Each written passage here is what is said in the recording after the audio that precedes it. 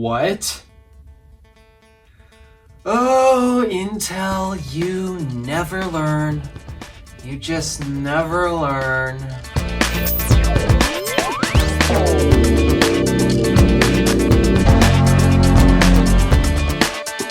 Okay, so I've made quite a few I'm mad at Intel videos and comments before, but you know what? We're gonna be a little bit neutral this time because, okay, they're finally sort of getting back on track. I mean, I'm not gonna diss companies when they're actually doing some good things, but I'm still gonna make fun of them when they're not doing good things. And okay, Intel's sort of getting back on track now. Alright, so recently Intel has announced 12th Gen Alder Lake. I really do not understand their naming scheme. I really don't. I'm trying so hard, but I just do not get it. Either way, they recently announced that, and well, they've kind of done something decent. First of all, they finally released a 10 nanometer process chip. Why did it take us this long? I mean, they told Apple and practically every other company, hey, get ready for 10 nanometer process, and back in 2016, and because they failed to deliver that for about 5 years now,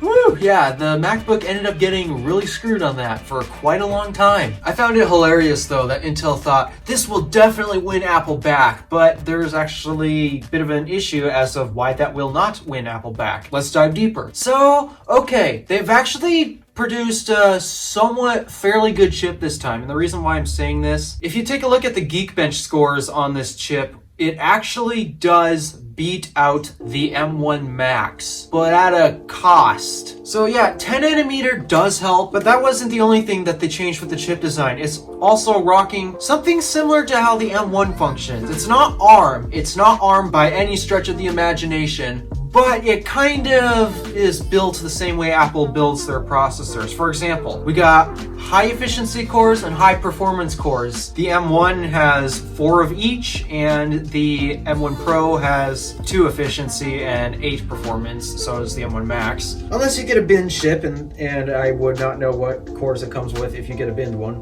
But basically, Apple decided to break up the cores into efficiency and performance. The efficiency to help with battery life, especially in the MacBooks, because, well, I mean, they weren't terrible at first. They weren't terrible to begin with. They were actually pretty on par with most other laptops, but now they are very stupidly long. And then, of course, the performance cores, which, well, absolutely blow so many other laptops out of the water. But here's where Intel falls short. Sure, they actually managed to beat the M1 Max. Credit where credit is due. Kind of did it just by gathering more resources or consuming more resources. You see, the reason why Apple is doing such an amazing job with their processors and why I still think they're doing a better job than Intel right now is because thermals. If you're going to have thermals, well, you better manage it so that way the chip does not have to throttle. If you're doing sustained loads, then thermals definitely matter. And considering that I work with video editing, it's kind of a sustained load. So thermals are definitely on the priority for me, especially. And Intel, well, their thermals still aren't exactly under control. They got more power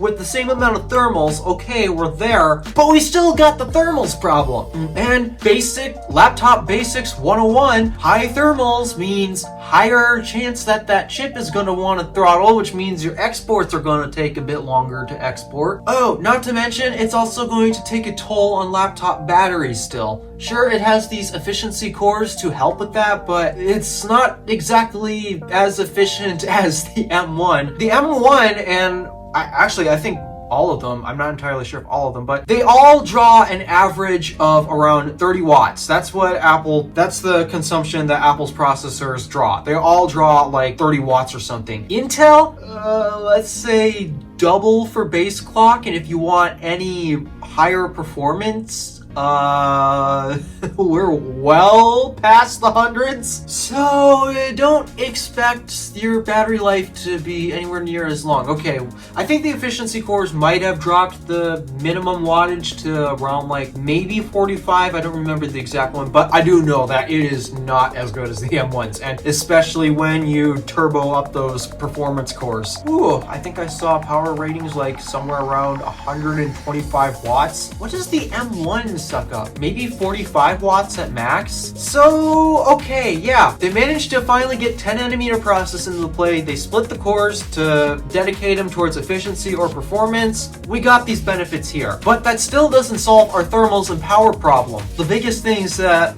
the M1 has solved. So, I'm not entirely impressed with that aspect. I am impressed that they finally produced something that is comparable to the M1, M1 Pro, M1 Max chips. If you have to take into account that thermals are still going to be hot with the Intel chips, you're still going to lose out on battery life because you're sucking up all that power. And keep in mind, this is just processors. Laptop manufacturers still put in dedicated GPUs, which also suck up a lot of power on themselves. So yeah, don't expect PC laptops to get better battery life or thermals anytime soon. And before I sign out here, I gotta share this one joke that I found on the internet. It is absolutely hilarious. Apple put out something on their forum where basically they're telling you how to set your laptop on fire. All right, here's how it works. If you want to set your M1 powered MacBook on fire, you just need a lighter and, well, light it on fire. But what if you want to set an Intel Mac on fire? You can see where this is going. Open Google Chrome and wait 5 seconds. I'm sorry, it's too funny. I am gonna keep doing this until we fix this, but I'm sorry, this is too funny. Oh jeez. Intel, why are you so bad? Why are you so bad? Alright, joke is over. Thank you for watching. Do me a favor and interact with the stuff below. My name is Alpha DeWolf, Random Alpha, signing out.